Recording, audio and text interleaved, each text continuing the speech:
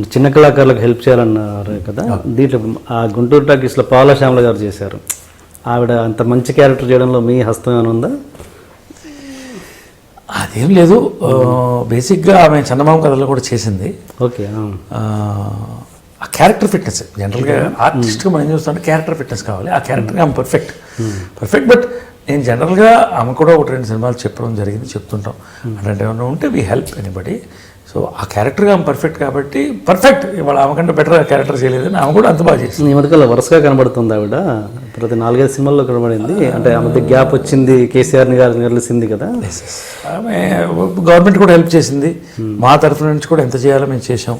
Okay. So అవన్నీ జనరల్గా cinema ఇండస్ట్రీలో ఒకటే నమ్ముతానండి, మంచితనం వేరే, టాలెంట్ వేరే.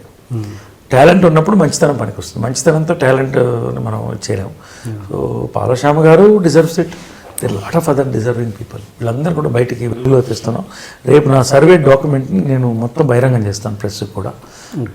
మీ ఆఫీసుల్లో ఉంటాయి, అందరి కాపీస్ పంచుతాను నేను. సో అంత రకంగా నడుపుతాం మేము.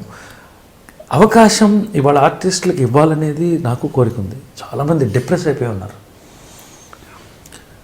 కానీ అవకాశాలు ఇవ్వడం అనేది ప్రొడ్యూసర్స్ యొక్క ఫైనల్ డెసిషన్. మేము రికమెండ్ చేయగలం అంతే తప్ప వాళ్ళ నిర్ణయం తీసుకోవాలి, డైరెక్టర్ తీసుకోవాలి. అప్పీల్ చేస్తాం.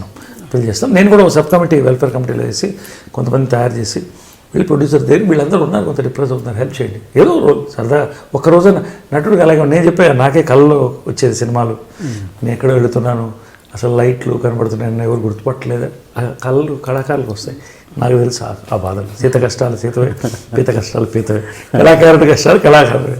కాబట్టి నేను అదే చెప్తున్నా, తెలుగు నటులు కావాలి.